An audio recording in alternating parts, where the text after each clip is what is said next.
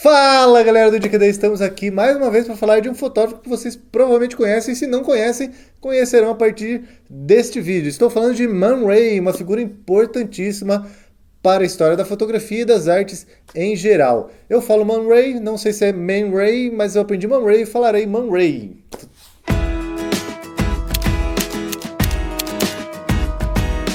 Como é de praxe aí, muitos fotógrafos e artistas renomados, o nome dele não é Man Ray, por isso que eu não sei como fala e não sei se tem jeito certo de falar. O nome dele na verdade é Emanuel Rudnicki.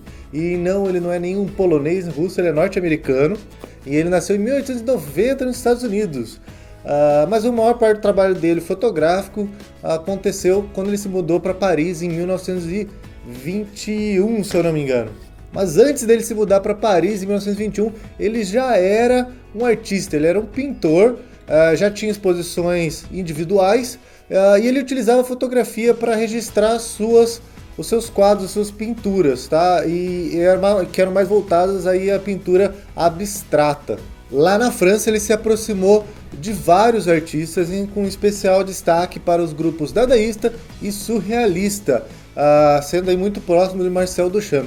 No começo, em 1921 até 22, ele fotografou muitas atividades desses artistas, né, os processos, os trabalhos deles e muitos retratos também. Vocês podem ver. Eu vou até deixar, a gente vai até deixar um link aí, manraytrust.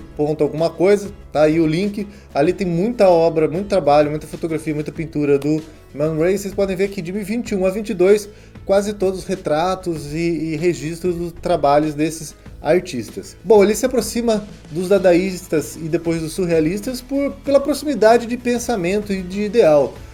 Só para vocês terem uma ideia, Man Ray acreditava que a motivação de um trabalho de arte era muito mais importante que o trabalho de arte em si, ou seja, era mais importante a ideia, o conceito, o processo, do que exatamente aquele trabalho finalizado. Vocês provavelmente conhecem os trabalhos de Man Ray de um viés mais artístico, mas saibam que ele provavelmente se mantinha com os trabalhos em publicidade, com retratos, os trabalhos comerciais, os quais ele mesmo deixava de lado na hora de falar do trabalho dele, que ele gostava mesmo eram dos trabalhos artísticos. Sua proximidade com o surrealismo, que tinha muita ideia de uma escrita automática, de tentar fazer as coisas mais se deixando levar por algum tipo de inconsciente, intuição, acaso, fez com que ele se abrisse a novas técnicas na fotografia.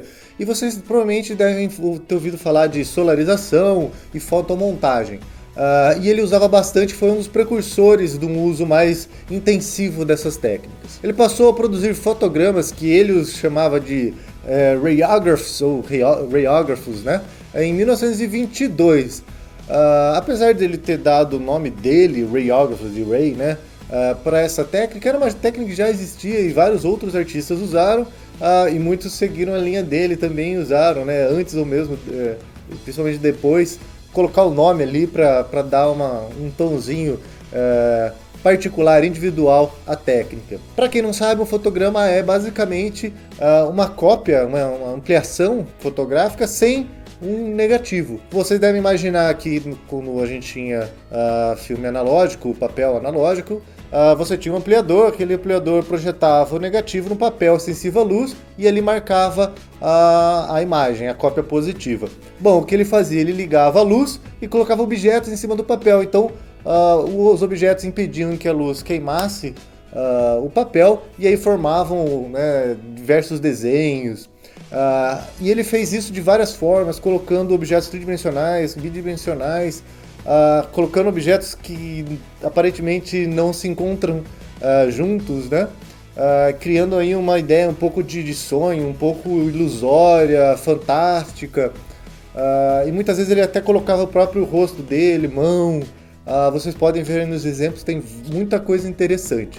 Já a solarização não é um efeito do Photoshop, não é um efeito brega do Photoshop. A solarização ocorre quando, no meio de uma revelação de negativo ou de papel da cópia, da ampliação, uma fonte de luz ilumina por completo aquela cópia ou aquele negativo. Diz a lenda que ele descobriu essa técnica por acidente quando a assistente dele, Lee Miller, acendeu a lâmpada do laboratório dele enquanto uma cópia era revelada. Mas a gente não sabe se é verdade, já que ele era muito investigativo, né? Ele sempre ia atrás de novas maneiras, então isso pode ser um pouco de lenda.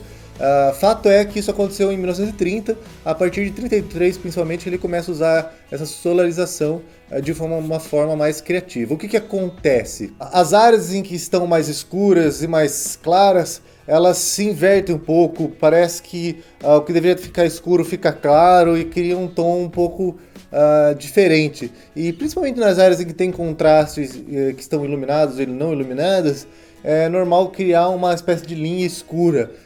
Então dá um efeito bem bacana, vocês podem ver aí, acho que dá para perceber nas imagens dele. Bom, mais uma vez, ele foi um dos que inventou a solarização, porque várias vezes fotógrafos descobriam essa técnica por acaso, tá? Mas não foi ele que inventou isso. Lá no século XIX já era uma técnica que existia, mas pouca gente pelo menos usava isso de uma maneira criativa, intencionalmente. Vou fazer solarização porque eu quero que fique desse jeito. Além das técnicas que ele aprimorou, desenvolveu e tornou popular, a gente também tem várias outras fotografias que são importantes na história das artes, né? Uma delas, de 1924, seria o Violino de Ingres, que inspirado num quadro de um pintor famoso, que eu não me recordo o nome inteiro.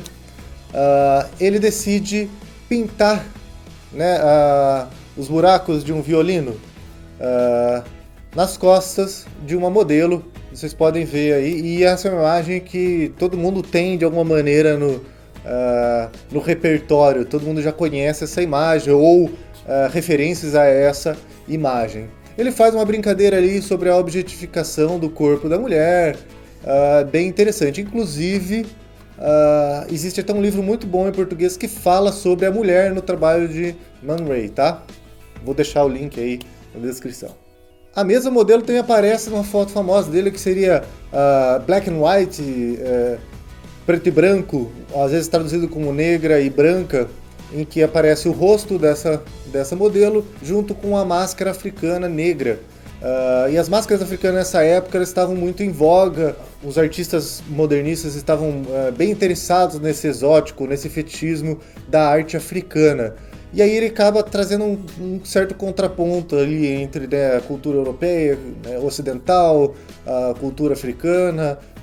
E pode-se ver que tem um desenho muito bacana das imagens, tanto do rosto oval da modelo quanto o rosto oval da máscara. Também é uma imagem que ficou muito marcante. Sobre a tradução do título, tem que tomar um pouco de cuidado de falar negra e branca ou preto e branca.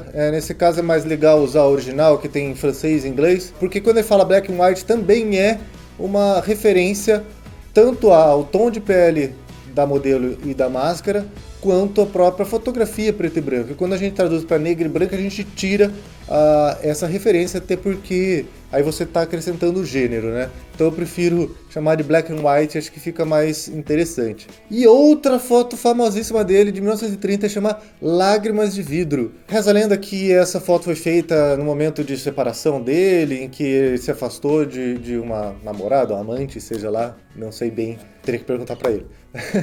Ele usou, lógico, vidro, gotas de vidro.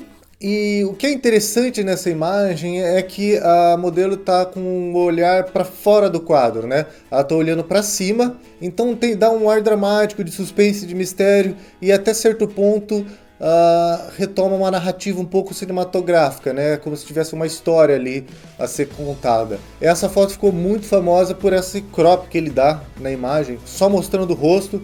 E antes, na verdade, dessa imagem vinha dessa maneira, ele cropava mais ainda e inverteu o negativo para que o olho esquerdo parecesse o direito, e aí só aparecia um olho. Você pode encontrar desses dois jeitos essa imagem de 1930. Bom, ele ficou em Paris até 1940, como vocês puderam perceber, quase tudo que eu falei aqui foi entre 1921 e 1940, que é o período que ele está em Paris. Em 1940 ele se muda para Nova York, como vocês devem imaginar. A maior parte dos artistas europeus acabam indo para outros países, principalmente os Estados Unidos, por conta dos todos os conflitos que estavam começando a acontecer.